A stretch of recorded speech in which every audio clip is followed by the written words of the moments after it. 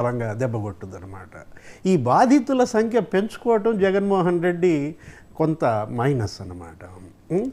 జగన్మోహన్ రెడ్డి పరిపాలనలో మనం ఇది యాక్చువల్గా మనం తీసుకున్నట్లయితే ప్రజలు ప్రోగ్రెస్ చూస్తారు. ఇది ప్రోగ్రెస్ కార్డ్సే కదా. ఏంటి వైసీపీ జగన్మోహన్ రెడ్డి 5 ఏళ్లలో నేను ఇది చేశాను, మరి నాకు ఓటేయండి అంటాడు.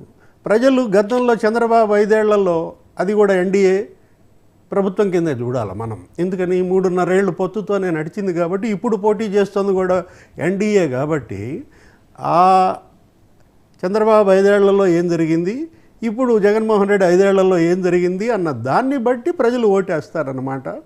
ఇవాళ మనం చూసినటువంటి సర్వేల్లో అదేం కనపడతలేదు. ఏది నిజమైన ప్రజాభిప్రాయాన్ని ప్రతిబింబించేలాగా ఈ సర్వేలు లేవన్నమాట. జగన్మోహన్ రెడ్డి తన మనుషులను కోల్పోయాడు 5 ఏళ్లలో.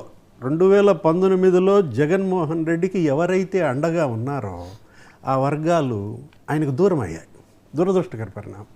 ఎందుకని స్టార్ క్యాంపెయినర్స్ని కోల్పోయాడు. సొంత చెల్లి ఇవాళ ఆయనకి ప్రత్యర్థిగా మారింది. ఆయన తల్లి ఇవాళ మరి రాష్ట్రంలో కూడా ఉన్నట్టుగా లేరు, ఇది బయటకు వెళ్ళిపోయారంటున్నారు. ఇప్పుడు ఈ పరిస్థితుల్లో జగన్మోహన్ రెడ్డికి ఆ రోజు వాళ్ళిద్దరూ కుడి భుజం ఎడమ భుజంగా నిలబడిన దీంట్లో ఇవాళ 2 భుజాలు కోల్పోయిన జగన్మోహన్ రెడ్డి తను ఒంటరయ్యానంటూ ప్రజలే నా స్టార్ క్యాంపెయినర్లు అంటూ ఇక బటన్ల గురించే మాట్లాడుతున్నాడు. ఎలా 2,40,000 కోట్ల డీబీటీ ద్వారా వేసిన డబ్బులు ఇప్పుడు ఓట్ల వర్షాన్ని అతను ఆశిస్తున్నాడు. ఒక్క సంక్షేమం ఈ డీబీటీ బటన్లను నొక్కడం ఇదే కనుక ఓట్లను కురిపిస్తే నా దృష్టిలో చంద్రబాబు ఓడిపోయేవాడుగా. ఎందుకంటే అప్పటి బడ్జెట్లో అప్పుడు ఆయన నొక్కిన దాని ప్రకారం అప్పుడు కూడా 2 లక్షల కోట్లు సంక్షేమానికి వాడాడు. అసలు ఎన్నికలకు ముందు మరీ అన్యాయంగా 20,000 కోట్లు ఎవరికి పసుపు కుంకుమ ఇచ్చేసారు.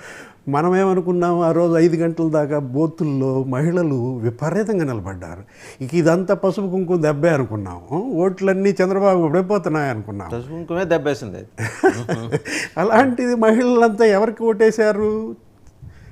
జగన్మోహన్ రెడ్డికి ఓటేశారు. ఆయన అసలు స్వీప్ చేసిన దీంట్లో మళ్ళా మరొక అంశం ఏంటంటే ఆంధ్రప్రదేశ్ ఓటర్ ఎప్పుడూ కూడా టిల్ట్ గాడు. ఏది ఫిక్స్ అయిపోయిన తర్వాత అసలు అతను స్పష్టంగా మన కోయిలేషన్ కూడా అవకాశం లేదు. ఏది అటు ఇటు ఓటు కాదు, అది 1 సైడ్ ఓటు అనమాట. కొడితే వైసీపీ కొట్టేస్తారు మొత్తం, మొన్నట్లాగా 150 లేదు, మొత్తం ఎటు స్వీప్ కూటమికి పడిపోతాయి. మనకు తెలిసి మరొక చిన్న వెర్షన్ ఏంటంటే జగన్మోహన్ రెడ్డి గారు ఎటు రివర్స్నే నమ్ముకున్నాడు.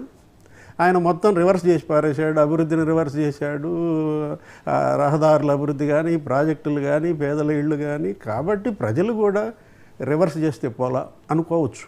ఏది ప్రజా తీర్పు కూడా రివర్స్ అవుతుందా? 151, 23 కాస్త